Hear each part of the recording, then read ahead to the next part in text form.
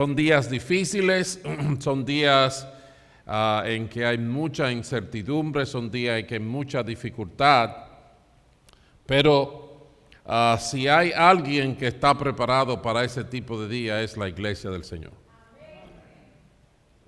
El Señor dijo que no nos iba a dejar huérfanos y que la experiencia de la salvación es como uno que sale de las tinieblas a su luz admirable. Así que bendecimos el nombre del Señor en esta hora. Y el día de hoy quiero que oremos porque quiero compartir con ustedes un mensaje que es diferente aún para mí. Y quiero pedirle a Dios que su espíritu sea suficiente y más que suficiente sea determinante para nuestra hora. Así que vamos a orar. Padre bueno, bendito seas. Gracias por tu amor, gracias por tu misericordia, gracias por tu evangelio santo y poderoso. Pedimos que tu espíritu nos ayude a discernir tu pan de vida en esta hora. Pedimos que tu espíritu, Señor, trascienda nuestros corazones, nuestros tuétanos, como dice tu palabra, trascienda las líneas de frecuencia, Señor, de donde quiera que este mensaje va a llegar y podamos ser estimulados para poder, para vida, para conquistar, para vencer a las tinieblas. Nos encomendamos en tus manos, Señor. Tu pueblo te necesita. En el nombre de Jesús. Amén y amén. El mensaje de hoy, yo necesito que me muevan la pantalla mis hijos allá atrás. El mensaje de hoy es un llamado de Dios, es una conversación y un llamado de Dios a una actividad que es natural nuestra, pero que por momentos hemos sido convencidos de no hacerlo o de no hacerlo de manera eficiente, y es pensar. Es un llamado a pensar. Y ustedes me dirían, bueno, pastor, yo pienso quiera o no quiera, ¿cuál es el asunto de eso? El asunto de eso es que, como hemos estado viendo ya casi por un mes o no sé cuánto tiempo, los argumentos, los movimientos de las tinieblas están tratando de minar la realidad de la capacidad de los hijos de Dios para hacer la obra que tenemos que hacer aquí en la tierra, para vivir aún la vida cristiana que tenemos que vivir. Así que piensa, es un llamado a pensar el mensaje de hoy. Y claro, ese llamado a pensar ya ustedes lo han escuchado en 1 de Pedro capítulo 1 y versículo 13, donde dice, ciñan los lomos de su entendimiento. Ceñid los lomos de vuestro entendimiento, sed sobrios y esperad por completo en la gracia que se os traerá cuando Jesucristo sea manifestado. Sir Francis Bacon, que fue un filósofo y estadista británico, dijo que quien no quiere pensar es un fanático, quien no puede pensar es un idiota, y quien no osa pensar es un cobarde. Henry Ford, que es alguien más conocido por nosotros, el fundador de la Ford Motor Company, dijo que pensar es el trabajo más difícil que existe. Quizás esa es la razón por la que haya tantas personas, tan pocas personas que lo practiquen. Alguien todavía más conocido, Thomas Alva Edison, el que creó, el que descubrió el bombillo de luz incandescente, dijo, quien no se resuelva a cultivar el hábito de pensar, se pierde el mayor placer de la vida. Emerson, un poeta y pensador estadounidense de los 1800, dijo que el pensamiento es la semilla de la acción, y hemos visto algo parecido en lo que hemos estado estudiando sobre nuestra mente. Y alguien que todo el mundo sabe de quién estoy hablando, a él le dicen, su mamá le decía Leonardito, y es don Leonardo da Vinci, dijo que quien poco piensa se equivoca mucho. Quien poco piensa se equivoca mucho. Lo que queremos tratar de comunicar el día de hoy es que aún de parte de Dios tenemos un llamado a pensar. Pensar.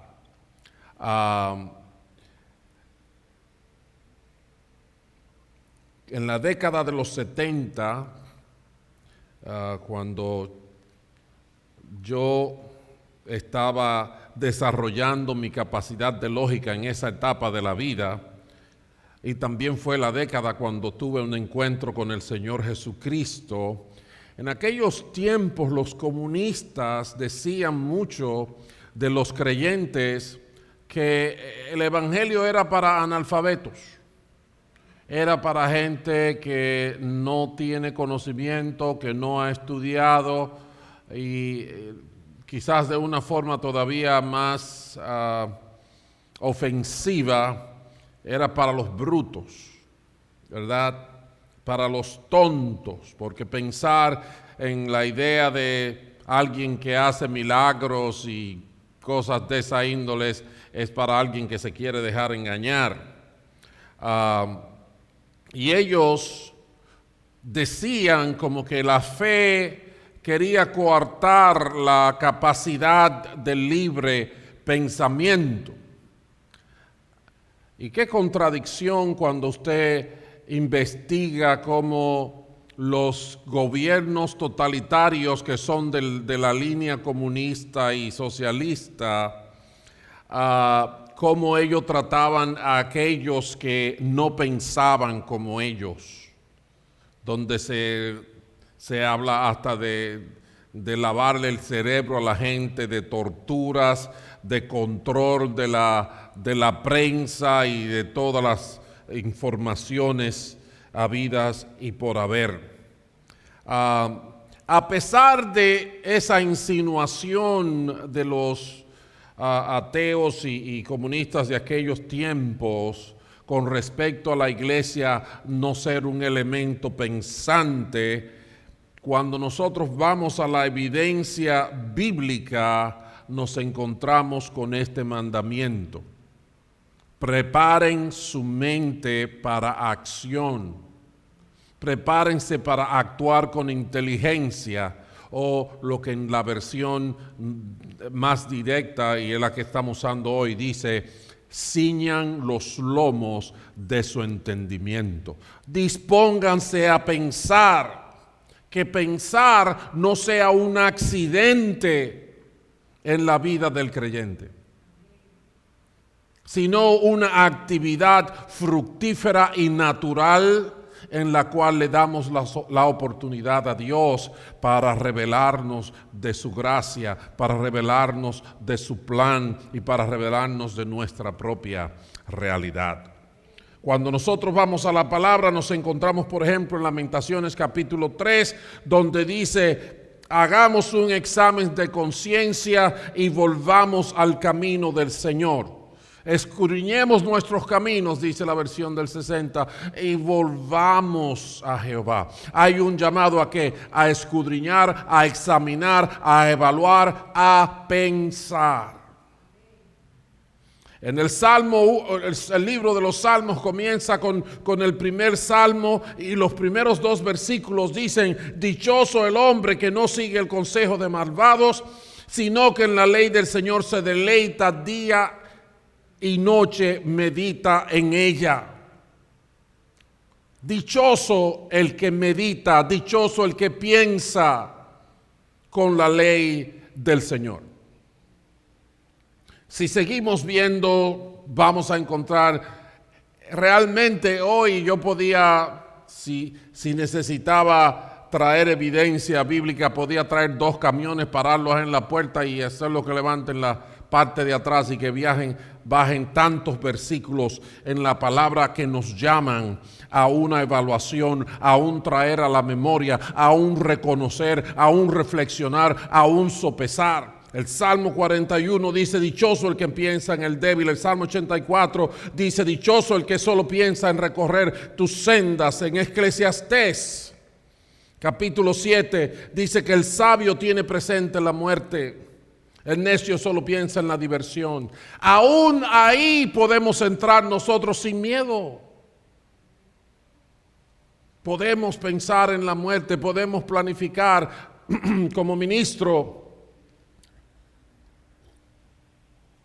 aquí en los Estados Unidos, tuve una sorpresa porque es algo que no había visto, aún habiendo sido ministro en la República Dominicana. Y es que un día fui al funeral de uno de los viejos miembros de esta iglesia original de Saint Paul, y cuando estaba en el cementerio, la persona que había muerto tenía un hermano que estaba ahí en el funeral. Y al lado de la tumba de la difunta había una lápida. Luego me di cuenta para su esposo, pero había otra lápida que tenía el nombre del hermano, tenía su fecha de nacimiento y tenía un espacio para ponerle la fecha de su muerte. Y cuando yo leí eso, yo dije, pero eso es él. ¿Y cómo va a ser que ya hay una lápida para alguien que está vivo? El creyente puede hablar de la muerte sin ningún problema. Como ministro he tenido tiempo para sentarme con algunos de esos ancianos preciosos que nos hemos sentado a hablar de cómo iba a ser el funeral cuando ellos murieran. A veces me dijeron del versículo que quería que yo predicara o el tipo de servicio que quería que yo llevara. A veces me decían que cantara, me han dicho que cante tal himno o tal otro. Cuando yo me muera, sin ningún problema. A veces se han muerto 2 años después, 1 año después, 6 meses después. Porque nosotros los creyentes estamos preparados para pensar aún después de la muerte. Porque nosotros tenemos una esperanza de vida eterna. Bendito el nombre del Señor. Así que, mis hermanos, el Evangelio en toda su plenitud, en toda su extensión, presenta un llamado a pensar, un ejercicio de pensamiento. Jesús mismo, en su forma de ministrar, demandaba de manera implícita y de manera explícita a pensar. Él utilizaba mucho el sistema de hacer preguntas y él muchas veces decía: fíjate en esto, observa aquello, piensa. En Mateo capítulo 22, por ejemplo, un grupo de los fariseos estaban allí reunidos y él les dijo: ¿qué piensan ustedes acerca de Cristo? ¿De quién es hijo? Le daba una pregunta para ponerlos a pensar. En Mateo 6 conocemos un texto que se discute mucho porque habla de cómo debemos de pensar para la vida, de cómo nos sostenemos en la vida. Y a partir del verso 25 el Señor Jesucristo usa afirmaciones y preguntas para motivarlos a pensar. En el 25 comienza diciendo: por eso les digo, No se preocupen por su vida, qué comerán o beberán, ni por su cuerpo, cómo se vestirán. ¿No tiene la vida más valor que la comida y el cuerpo más que la ropa? Bien, fíjense cómo él dice, no se preocupen por su vida, no entretengan su pensamiento en las consideraciones de lo que va a pasar en el futuro necesariamente. Y le hace una pregunta, ¿no tiene la vida más valor que la comida? ¿Qué le está diciendo? Piensa. ¿No es el cuerpo más que la ropa? Entonces les dice en el verso 26, fíjense en las aves de los cielos. Fíjate. ¿Qué es fijarte? Trae el asunto a tu memoria, piénsalo y date cuenta de lo que tiene. Fíjate en las aves del cielo, no siembran, ni cosechan, ni se almacenan en graneros. Él no estaba hablando de pintar ni de tirarle una foto a las aves del cielo. Él no estaba hablando acerca de la realidad científica de la multiplicación ovípara. Él está hablando de la enseñanza de la realidad del amparo de Dios para sus hijos. Y le dice, fíjate en las aves. Piensa en lo que está pasando con las aves. No trabajan, no tienen, ¿cómo se llama esto? La unión, no tienen sindicatos. Dios las mantiene. Y entonces le dice otra pregunta, ¿no valen ustedes mucho más que ellas? Y sigue, ¿quién de ustedes, por mucho que se preocupe, puede añadir una sola hora al curso de su vida? Piensa. El que sigue a Cristo es un ente pensante. No podemos dejarnos intimidar por las voces de los sistemas filosóficos traumatizados por el pecado para nosotros dejar de pensar, como yo no soy médico, no puedo pensar en cómo defenderme en esta pandemia. Como yo no soy pastor, no puedo decir qué es lo que Dios dice y lo que Dios no dice. Eso es un engaño del diablo. ¿Para qué leemos la Biblia todos los días?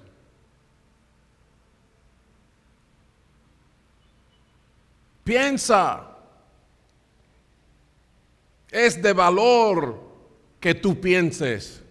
Pero pastor, acuérdese que yo tuve mi familia era pobre y yo no pude estudiar más que al 3er grado. Piensa. La palabra dice que la edad es la mejor universidad. Corona del anciano es su sabiduría. Es lo que ha aprendido en la universidad de la vida.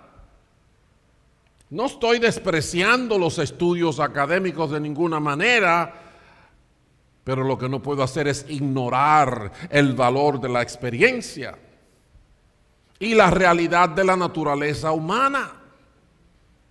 Y por ende, nuestra participación como hijos de Dios en la realidad de la vida. Observen cómo crecen los lirios del campo, le dijo Jesús.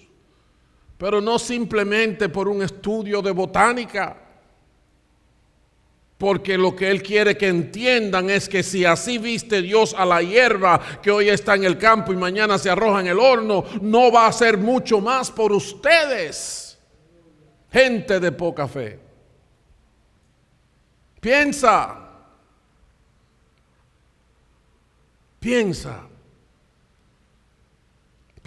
En una ocasión el Señor Jesucristo se quejó de que pensamos cuando queremos y cuando no queremos no pensamos.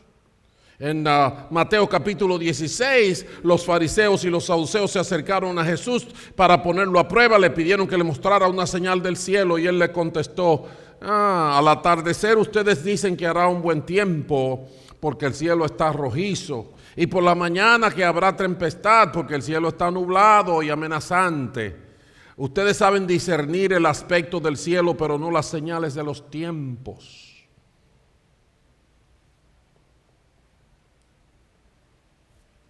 Cuando queremos, pensamos. Y cuando puede haber cualquier riesgo, nos acobardamos.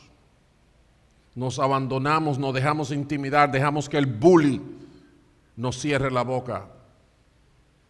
El burlón. Jesús les dijo, piensen, que ven de las señales de los tiempos, qué cosas están ocurriendo ahora. Cuando los discípulos de Juan el Bautista fueron a preguntarle al Señor, Maestro, ¿eres tú el que había de venir? ¿Qué le dijo Jesús? Vayan y díganle a Juan que los ciegos están recibiendo la vista, que los mudos están hablando. Y con eso Juan tiene que saber si yo soy el que he de venir o el que no he de venir. Piensa. Dios te dio la cabeza para que pienses, no simplemente para agarrar el cabello. Yo soy la mejor muestra de eso.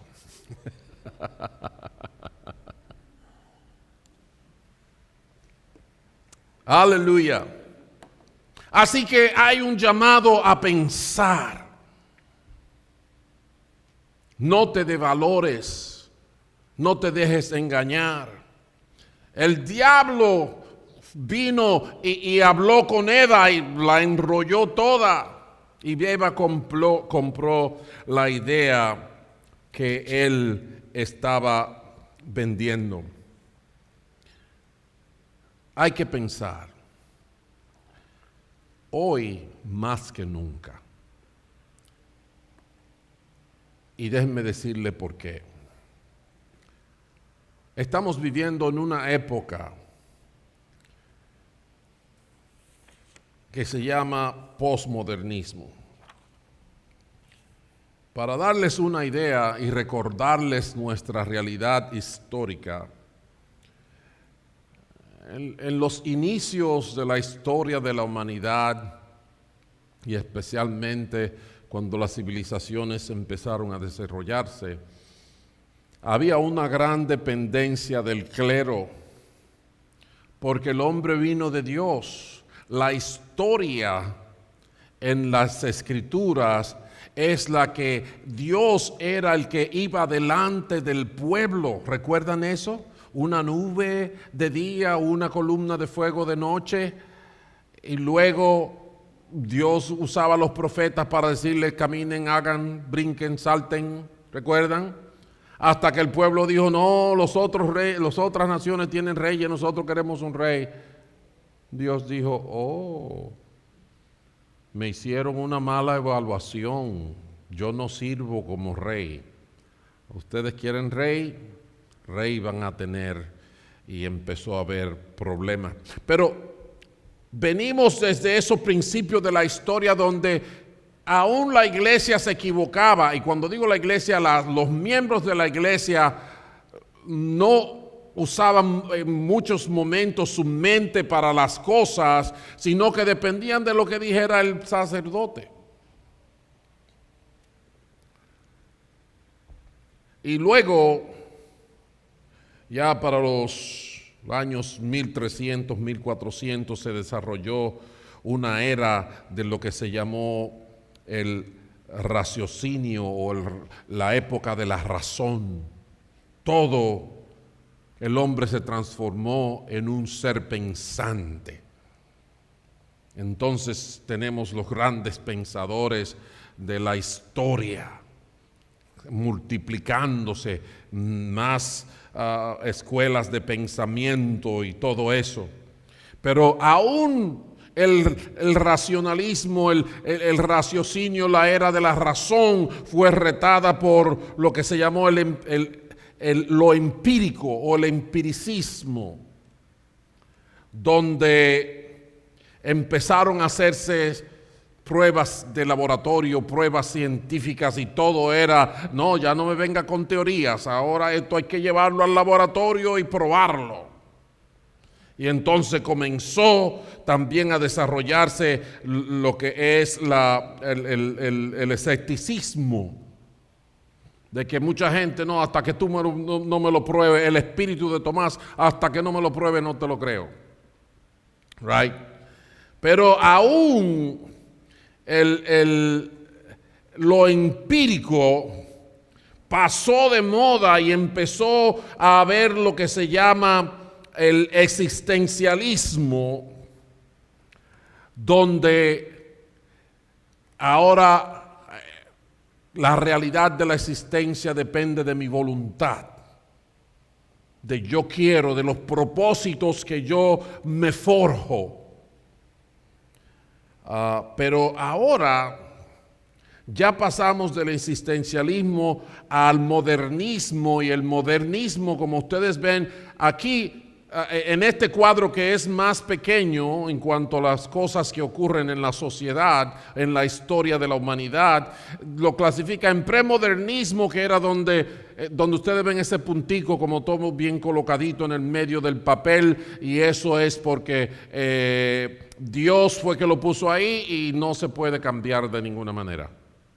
Pero entonces el modernismo fue decir, ningún Dios, cada vez que nosotros le ponemos la mano, nosotros arreglamos esto. Ya nosotros hicimos la bicicleta, y después de la bicicleta hicimos la carreta, y ya tenemos un carro y un barco que se mueve con vapor. Así que lo moderno es que nosotros es que vamos a construir el mundo, right? Pero ya pasó la historia de lo moderno. Donde ahora estamos es en el posmodernismo, y el posmodernismo, como ustedes pueden ver ahí, es representado por un garabato y es descrito con algo que yo necesito un traductor porque yo no entiendo qué es lo que dice. ¿Ok? ¿Y saben por qué es así? Porque el posmodernismo es la idea de que la realidad no se refleja en el entendimiento humano, sino que en otra manera es construido de manera tal que cada uno encuentra su propia manera. Es decir, no hay una verdad única, sino que cada cabeza es un mundo. Yo tengo mi realidad, él tiene su realidad, cada uno hace su realidad, y dependiendo de cómo tú la hagas, no importa. En nuestra sociedad se estimula a los muchachos a que usted no tiene que imitar a nadie, sé original. Y claro, como en muchas maneras el diablo tuerce lo bueno y lo sencillo para meter su veneno. Porque cuando estamos hablando de ser original, se atenta totalmente con lo que es el concepto de ser discípulos. Porque ser discípulos es copiar a Jesucristo. Ser discípulos es copiar y aprender de un maestro, de un guía. Ser discípulos es ser un hijo de familia que aprende de su papá y de su mamá. Pero los jóvenes de nuestra era, de los tiempos que estamos viviendo, son huérfanos, filosóficamente hablando. Huérfanos. No saben lo que es el significado de la vida, ni hay quien se lo diga.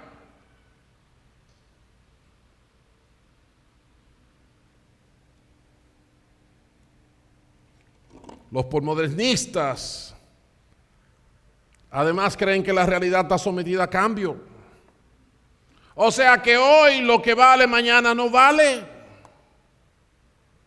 Por eso, cuando usted quiere dibujar lo que es esa realidad, ese garabato es la mejor descripción. No tiene forma, no tiene sentido, no se entiende, y así estamos de confundidos. Entonces, en los días que estamos viviendo hoy, más que nunca, se necesita que cada uno de nosotros piense. La palabra de Dios se da no para castigar, no para pagar una penitencia. La palabra de Dios es capaz de instruirnos y de hacernos capaces de toda buena obra. Es capaz de corregir, de instruir, de redarguir, de edificar en justicia. Pero es un alimento que se recibe, se asimila, se rumea y se vive. Recientemente falleció uno de los grandes pensadores cristianos de las últimas 4 décadas. Su nombre es Ravi Zacharias, y él describe el posmodernismo como la era en que no hay verdad. La verdad está muerta. Todo es relativo y no hay quien responda a la pregunta de qué significa la vida. ¿Qué importa? Lo que importa es que estamos vivos. Parte del posmodernismo es que el futuro y el pasado no pintan nada. El presente es lo que se está viviendo. Así que esa tarea imposible se le deja a los jóvenes de nuestra época, que además se les empuja cada vez más a la desconexión y al individualismo. ¿Qué les parece? ¿Han visto esa foto?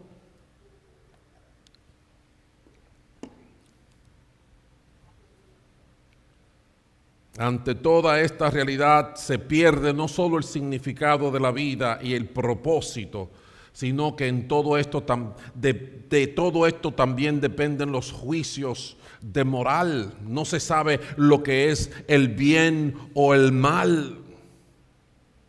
No se sabe lo que es el bien o el mal. ¿Qué podemos hacer? ¿Qué podemos hacer? Esto es lo que tenemos que hacer. Número 1, necesitamos pensar. Pero para pensar tenemos que comenzar por reconocer a Dios como Dios. El Salmo 100 dice: reconozcan que el Señor es Dios, Él nos hizo y somos suyos, somos su pueblo, ovejas de su prado. Saben, cuando se habla de racionalismo, cuando se habla de fe, racionalismo, del empiricismo, del existencialismo, todos tienen una respuesta en esta realidad. Fe, claro que sí, el Señor nos hizo, en Él tenemos que confiar, es lo que está diciendo allá. Cuando se habla de racionalismo, ahí nos están diciendo: reconozcan, vean, analicen y entiendan que hay alguien que tiene el poder y la sabiduría para crearnos a nosotros. Entonces esto le responde también al racionalismo. Cuando viene a lo empírico y a las pruebas, ahí lo dice: somos suyos, somos pueblos, ovejas de su prado. ¿Qué más muestra quiere? ¿Hay alguna otra respuesta sobre la aparición de la vida sobre la tierra? No hay ninguna que sea cierta, que sea comprobada y que satisfaga los requerimientos de la ciencia. No hay ninguna. Todas parten de una premisa anticientífica: es que algo salió de la nada. La ciencia dice: no, ahí se para el juego. Pero todas, los grandes físicos y matemáticos de la historia que han buscado la solución a todas estas preguntas, todos caen presos en el mismo punto. No pueden comenzar. Ellos juegan con lo que está hecho, pero ninguno puede comenzar la vida. Reconozcan que el Señor es Dios. Piénsenlo.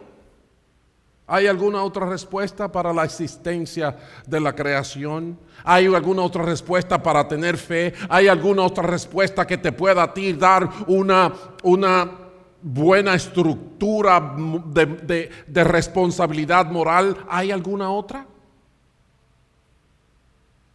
No la hay. Ahora tenemos problemas porque ahora la gente, porque tiene dinero y porque maneja tecnología, se creen que son Dios. Y ahora ellos van a estar juzgando, la gente de Google, la gente de todo el mundo va a estar juzgando quién va y quién no va. ¿Sabían eso? Ya Amazon le negó a una gente que publicara su libro porque habla de la familia normal, la familia nuclear, y eso no está de acuerdo con los nuevos estándares de homosexualidad. Comerciantes ahora son los jueces morales del mundo. ¿Tiene sentido eso? ¿Tiene sentido eso? Reconozcamos a Dios. Número 2, depende de la revelación de las Escrituras. Saben, aún en la iglesia me he encontrado que los superdotados están sustituyendo la revelación por la razón. Aún los estudiosos dentro de la iglesia se apartan muchas veces del texto puro para concluir verdades espirituales.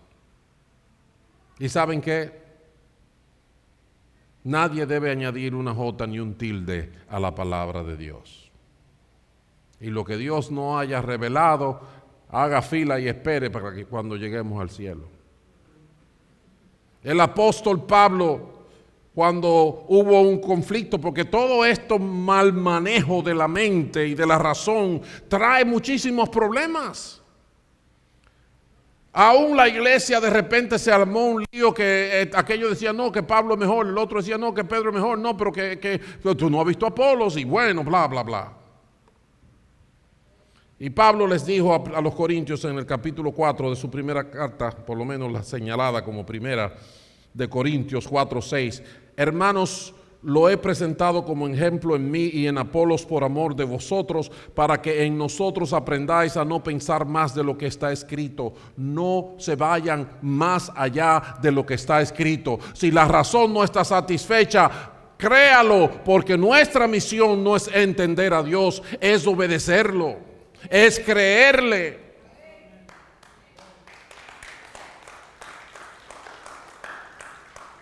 ¿O no es evidente que tenemos muchas limitaciones? ¿O no es evidente que sus obras nos asombran porque nuestra capacidad es insignificante comparada con la realidad de la existencia? Nada más hay que mirarse en el espejo, mi gente. No hay que ir muy lejos, no hay que ir a la NASA a ver un cohete despegando. No. Levántate de tu cama, párate frente al espejo y prende la luz. Y vas a ver que sus obras son asombrosas. Bendito sea su nombre. Depende de la revelación de la Escritura. Eso te va a evitar el caso del sectarismo humano. Eso te va a evitar que te confundas la realidad de Dios. En Hechos 17, Pablo le dice a los grandes pensadores de Atenas, les dijo, ¿cómo pueden ustedes estar pensando que Dios es oro o plata? Si no hay palabra, hay oscuridad, hay confusión y caemos en la necedad. En Eclesiastés capítulo 3, el verso 11 dice, Dios hizo todo hermoso en su momento y puso en la mente humana el sentido del tiempo. Eso es cuando dice que hay un tiempo para todo, un tiempo para esto. Sí, nosotros entendemos eso. Hay tiempo para bañarse, uno lo nota, ¿verdad? Uno sabe que ya le toca. Delino está aquí. Tiene que estar poniendo un texto ahora mismo ahí en el Facebook.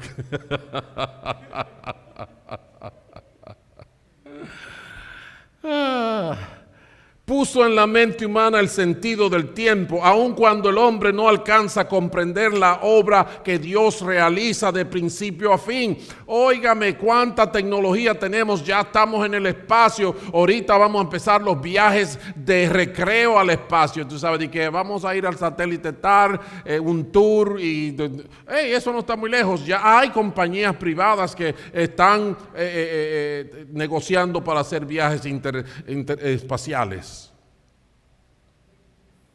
Sí, pero aún así no entendemos la obra de Dios. Aún así no entendemos por qué el vecino, por qué ese hombre codicia a la mujer de su vecino, por qué aquel que está allá atrás patea al pobre, por qué el otro mata al otro por dinero, por qué la gente no respeta la vida. No se entiende. Lo que más hay ahora es cosas que no se entienden, cosas que no tienen sentido. Entonces, reconozcamos a Dios, dependamos de la revelación de la palabra. Eso es una necesidad súper urgente. Lamentablemente ni el Congreso de aquí del Estado ni el Congreso Federal de los Estados Unidos entienden eso. Antes, por el contrario, se está en una campaña constante para alejarnos del gobierno de Dios. El Salmo 2 es la historia de nuestro mundo, no solo de esta nación. Los reyes de la tierra consultan unidos contra Jehová, contra su ungido, diciendo: quitemos de nosotros sus cuerdas. No queremos que nos gobierne. La vida de nosotros es el garabato del posmodernismo, pero preferimos eso a que Dios nos gobierne. Piensa, padre de familia, piensa, esposo, esposa, piensa, joven. Los niños lamentablemente no tienen tanta capacidad para defenderse. Punto número 3, piensa, es eso. Ciñe los lomos de tu entendimiento. Piensa, piensa.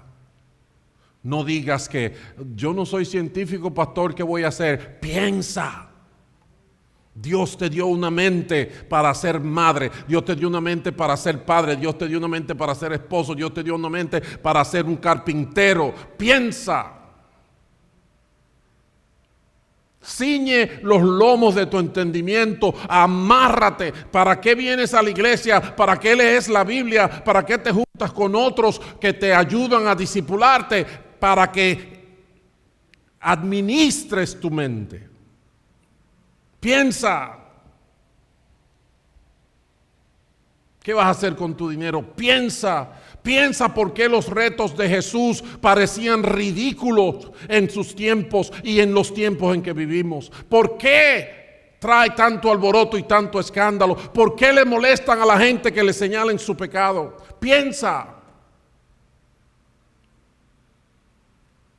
¿Por qué gana un deportista 30, 40 veces más que un médico? Piensa.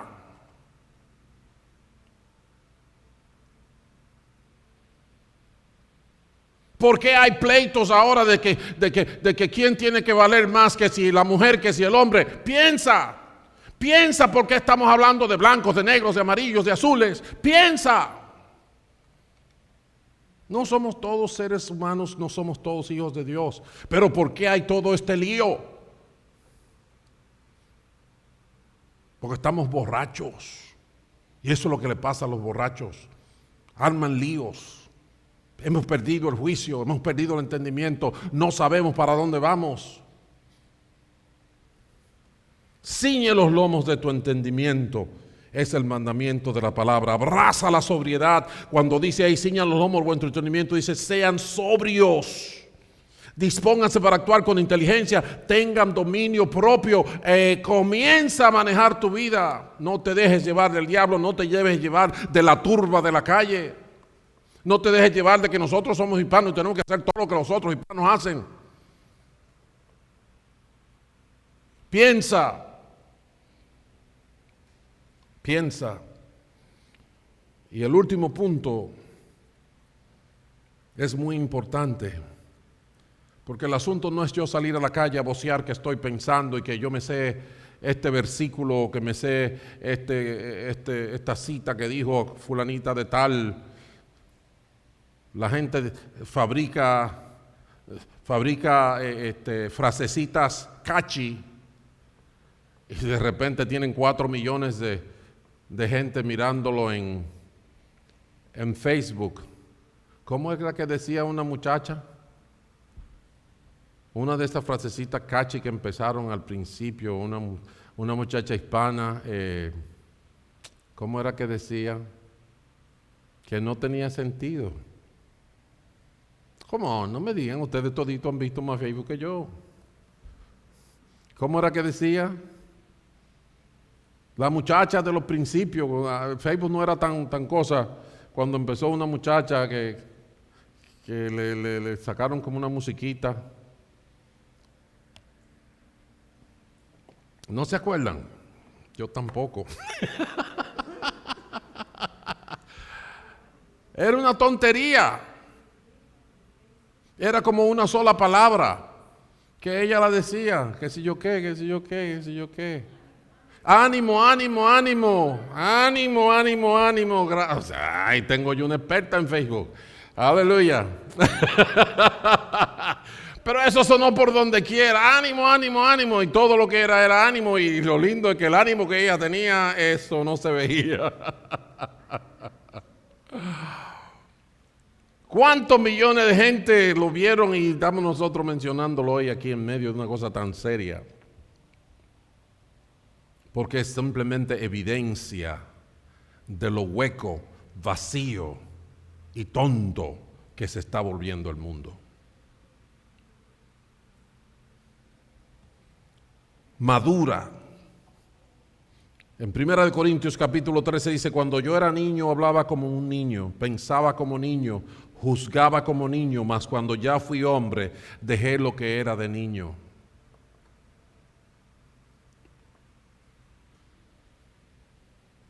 Ahora los hombres de 60 años le dicen a su esposa, ay, yo creo que yo me equivoqué cuando me casé contigo, yo no te entendía bien, adiós.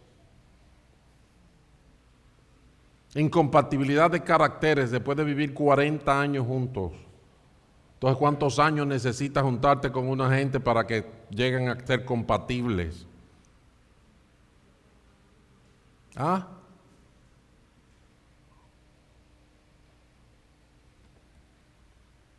No, pero si yo voy a reaccionar después de 60 años como un niño que... ¿Saben cómo mi mamá me dijo que yo era? En aquellos tiempos, y todavía creo que las hay por ahí, unas cajas de galletas que traían como 18 tipos de galletas diferentes, ¿verdad? Unas larguitas, unas redonditas, una con un poco una cosita untada, otro que lo tenía de chocolate, otra que lo tenía de vainilla, muchas diferentes cajas, ¿verdad? Mi casa al principio éramos 5 muchachos, después fuimos 6, right?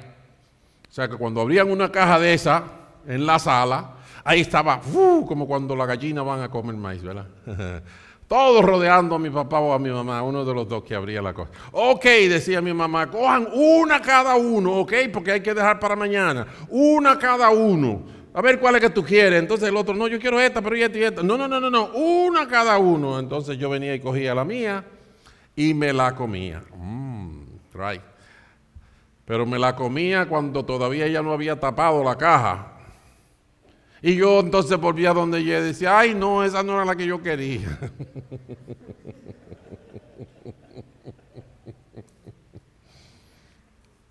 Eso me lo dijo ella de mí. Ay no, esa no era, mami. Oh no. Era la otra. Pero tuve que hacer un reconocimiento bien profundo antes de darme cuenta. Ay. Señores, yo soy pastor y a veces los cuestiono. Porque yo digo, estoy hablando con gente adultas Estoy siendo sincero, no los estoy engañando, no le estoy sacando el dinero de los bolsillos, pero muchas veces yo tengo duda de que me crean lo que le estoy diciendo. ¿Serio? A veces yo digo, yo debo de seguir haciendo esto o yo debo de decir, busquen a otro que sepa porque yo no sé hacerlo. Pastor, usted es muy bueno, pastor. Ahí me lo ponen peor. Porque yo digo, yo soy muy bueno, tengo un año que no te veo. Entonces, para hablar de este tema de pensar en una sociedad postmodernista, ¿a qué puedo aspirar? Voy a terminar leyendo 1 Corintios capítulo 2, versículos 6 al 10. Pablo dice, tenemos que madurar, mi gente. No podemos seguir actuando como niños. En cambio, hablamos con sabiduría entre los que han alcanzado madurez, pero no con la sabiduría de este mundo ni con la de sus gobernantes, las cuales terminarán en nada. Más bien exponemos el misterio de la sabiduría de Dios, una sabiduría que ha estado escondida y que Dios había destinado para nuestra gloria desde la eternidad. Ninguno de los gobernantes de este mundo la entendió, porque de haberla entendido no habrían crucificado al Señor de la gloria. Sin embargo, como está escrito, ningún ojo ha visto, ningún oído ha escuchado, ninguna mente humana ha concebido lo que Dios ha preparado para quienes lo aman. Ahora bien, Dios nos ha revelado esto por medio de su Espíritu, pues el Espíritu lo examina todo hasta las profundidades de Dios. Pablo, en otras palabras, está diciendo, ¿debo empezar otro tema más espiritual, más profundo, más serio, cuando todavía no podemos comernos un pan con mantequilla en la vida espiritual?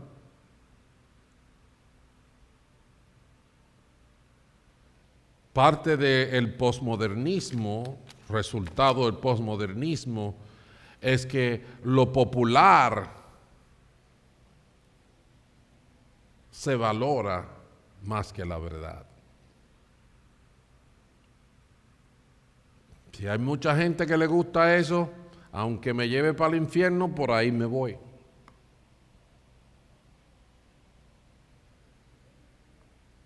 Sabiduría de Dios, el mundo no ha conocido a Dios.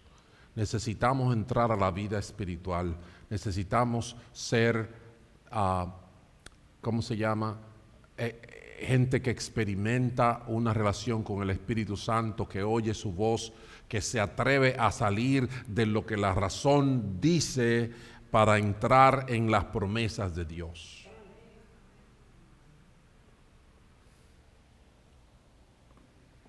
Si esto te suena loco,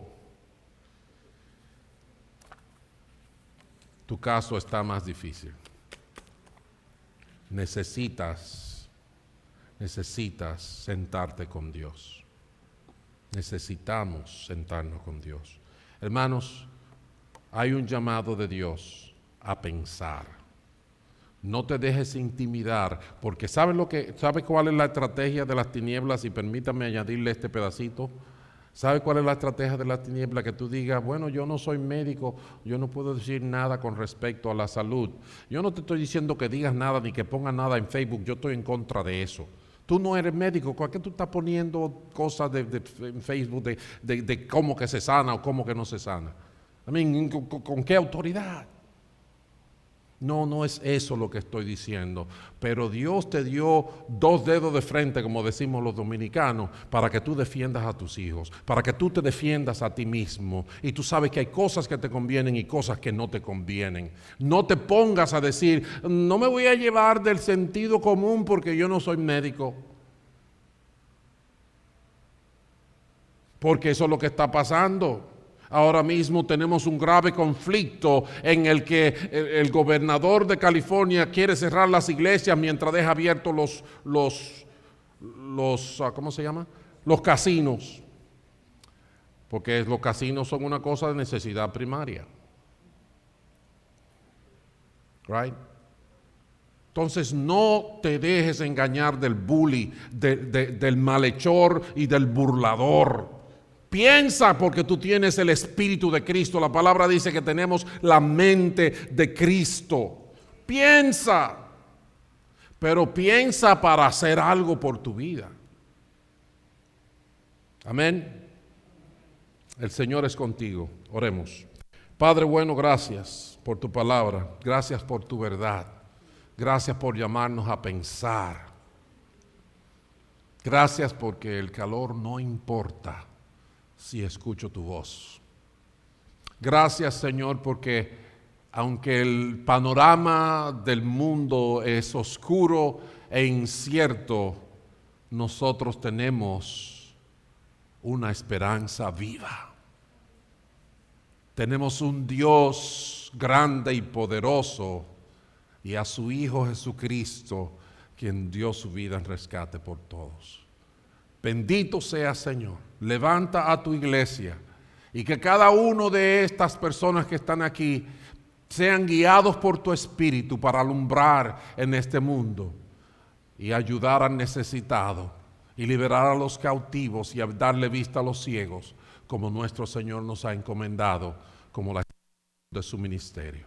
Nos encomendamos en tus manos, Señor, y te damos gracias en el nombre de Jesús. Amén y amén. Vamos a preparar nuestros corazones para dar nuestras ofrendas e irnos a casita.